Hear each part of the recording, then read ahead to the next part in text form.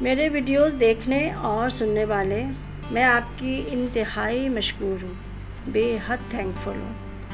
آپ کے تعاون کے بغیر کچھ بھی نہیں کر سکتی تھی۔ آپ ہی نے میرے چینل کو سبسکرائب کیا، مجھے ویوز دیے، میری حوصلہ افزائی کے لیے اکثر کمنٹس بھی کیے اور ہمیشہ بے حد پازیٹیو اور قابل احترام کمنٹس دیے۔ ان سب کے لیے میں تہہ دل سے آپ کو شکریہ کہتی ہوں۔ یہ آپ ہی ہیں جن کی وجہ سے میرا چینل مانیٹائز ہوا اور میری محنت کسی حد تک کامیاب ہوئی۔ میں آئندہ بھی آپ کے ایکسپیکٹیشنز پر پورا اترنے کی ہر ممکن کوشش کروں گی۔ ایک بار پھر بہت سارا شکریہ۔ ہماری ایک فیملی فرینڈ ہیں، خاص سے علم دوست اور دانشور، پاکستان کے مختلف ٹی وی چینلز پر لوگوں کو مفت مشورے دیتے اکثر نظر آتے ہیں۔ ہماری مختصر سی عقل و فہم پر انہیں اچھا خاصا بھروسہ ہے۔ ابھی چند روز قبل ہی ان کا گھبرایا ہوا فون آیا۔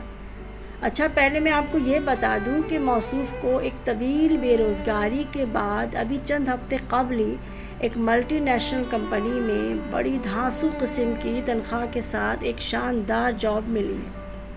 ہاں، تو میں گھبرائے ہوئے فون کا ذکر کر رہی تھی۔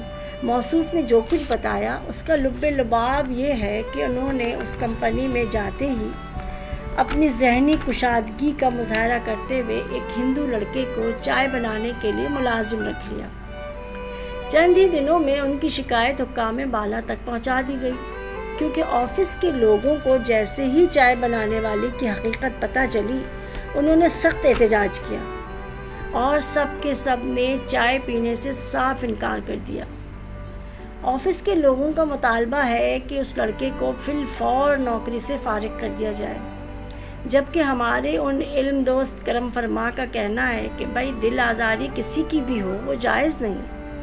ہمیں بحیثیت انسان دوسرے انسان کی عزت کرنی چاہیے، خاص کر غریب افراد کا دل دکھانا کسی بھی طرح مناسب نہیں، خواہ وہ کسی بھی مذہب یا قوم کا ہو۔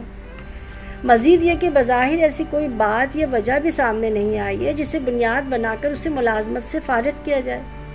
موصوف نے مجھ سے مشورہ طلب کیا اور میں حسب عادت پہلے میں نے کہا کہ آپ کو میں ایک کہانی سناتی ہوں اور اس کے بعد مشورہ دوں گی۔ وہ کہانی میں اب آپ کو بھی سنا رہی ہوں۔ یہ قدیم یونان کی ایک دیومالائی کہانی ہے جس کا ہیرو نارسس ایک وجیح اور خوبصورت نوجوان تھا جسے اپنی خوبصورتی پر بڑا ہی ناز تھا اور اسے اپنے علاوہ کسی میں کوئی دلچسپی نہ تھی۔ وہ ارد گرد کے لوگوں یا ماحول میں دلچسپی لینے کی بجائے خود اپنی تعریفیں سنتے رہنے کا عادی ہو گیا تھا، اور ستم بالائے ستم ایک دن اس نے پانی میں اپنا عکس دیکھ لیا۔ بس پھر کیا تھا، وہ فوری طور پر خود اپنے اوپر عاشق ہو گیا۔ جی ہاں، اپنے اوپر خود ہی عاشق ہو گیا۔ دن رات پانی میں اپنے عکس کو دیکھتا رہتا۔ بھوک پیاس نے اسے نڈھال کر دیا تھا، مگر وہ پانی بھی نہ پیتا، کیونکہ اس کا خیال تھا کہ اس طرح پانی کی سطح ہل جائے گی اور اس کا عکس بکھر جائے گا، اس کا حسن ہزاروں ٹکڑوں میں بٹ جائے گا۔ چنانچہ وہ پیاسا ہی رہا اور بالآخر ایک دن وہ پیاسا ہی مر گیا۔ دیومالائی بیان کے مطابق دیوتاؤں نے اسے نرگس کا پھول بنا دیا۔ اسی وجہ سے حد سے زیادہ بڑھی ہوئی خود پسندی کو نرگسیت یا نارسسزم کا نام دیا گیا، اور علم نفسیات کے مطابق یہ ایک پیچیدہ ذہنی بیماری ہے جس میں انسان خود اپنی ذات کے عشق میں اور اپنے ذاتی فخر میں مبتلا ہو جاتا ہے۔ نرگسیت خود اپنے آپ کو دیکھنے اور اپنی اصلاح کرنے سے روکتی ہے، یعنی وہ خود شناسی سے روک دیتی ہے، جس میں انسان اپنے کردار کی خامیوں اور کمزوریوں کو پہچان کر انہیں دور کرنے کی کوشش کرتا ہے۔ خود شناسی حاصل کرنا ایک بڑے مرتبے کا کام ہے۔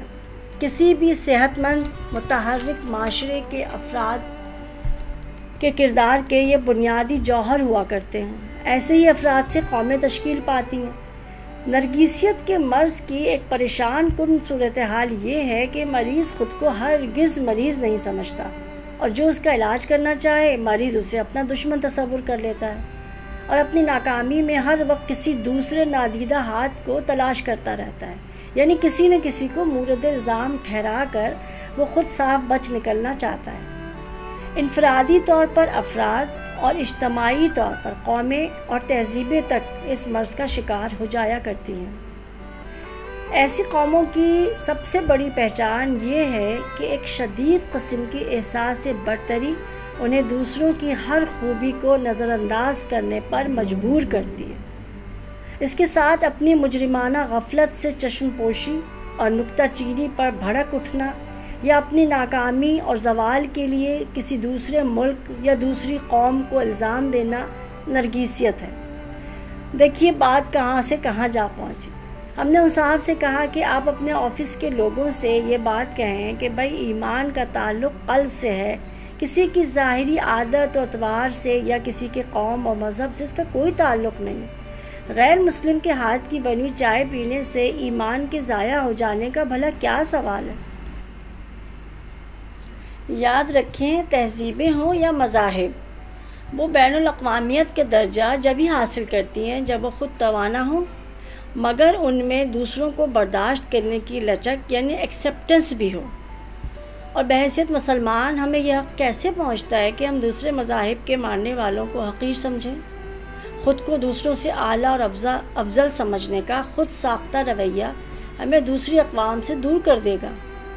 انسان صدیوں سے تقسیم در تقسیم ہوتا چلا آ رہا ہے۔ یہ تقسیم تنگ نظری اور نفرت پیدا کرتی ہے، اسے پروان چڑھاتی ہے۔ اپنے مذہب پر قائم رہیں مگر دوسروں کے مذہب کا بھی احترام کریں۔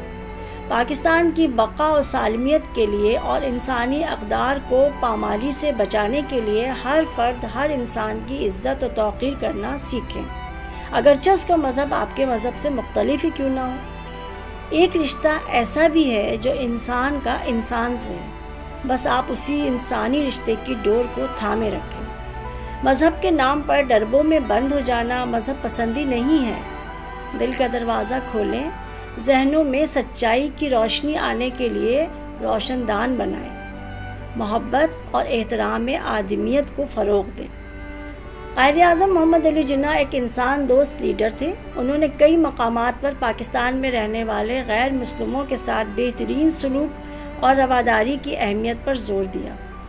اپریل 1941 میں آل انڈیا مسلم لیگ کا مدراس میں ایک اجلاس ہوا تھا، جس میں قائد اعظم نے صدارتی تقریر کرتے ہوئے فرمایا، اقلیتوں میں اعتماد اور تحفظ کا احساس پیدا کیے بغیر کوئی حکومت بھی کامیاب نہیں ہو سکتی۔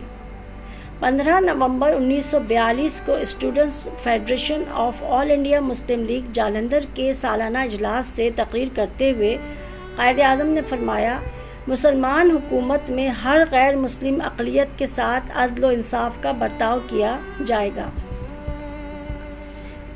1 فروری 1943 کو اسماعیلی کالج بمبئی میں تقریر کرتے ہوئے فرمایا، ہم اقلیتوں کے ساتھ مہذب حکومتوں سے زیادہ بہتر انداز میں سلوک کریں گے۔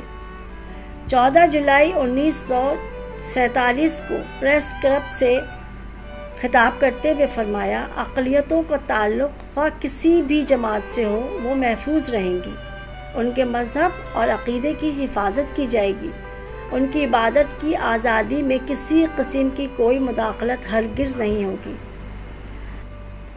قائد اعظم کے مندرجہ بالا خیالات کی روشنی میں پاکستان کی ہر حکومت پر یہ لازم ہے کہ وہ اقلیتوں کے تحفظ کو یقینی بنائیں۔ یہ بات خوشگوار اور خوش آئند ہے کہ چیف جسٹس آف پاکستان محترم گلزار احمد کی سربراہی میں سپریم کورٹ نے رحیم یار خان مندر حملے پر از خود نوٹس لیا اور حکم دیا کہ جن افراد کے خلاف جرم ثابت ہو ان سے مندر کی تعمیر کے اخراجات وصول کیے جائیں۔ مجھے امید ہے کہ 8 سالہ ہندو بچے کی گرفتاری کے بارے میں بھی چیف جسٹس صاحب از خود نوٹس لیں گے اور معاملے کی تحقیقات کا حکم دیں گے۔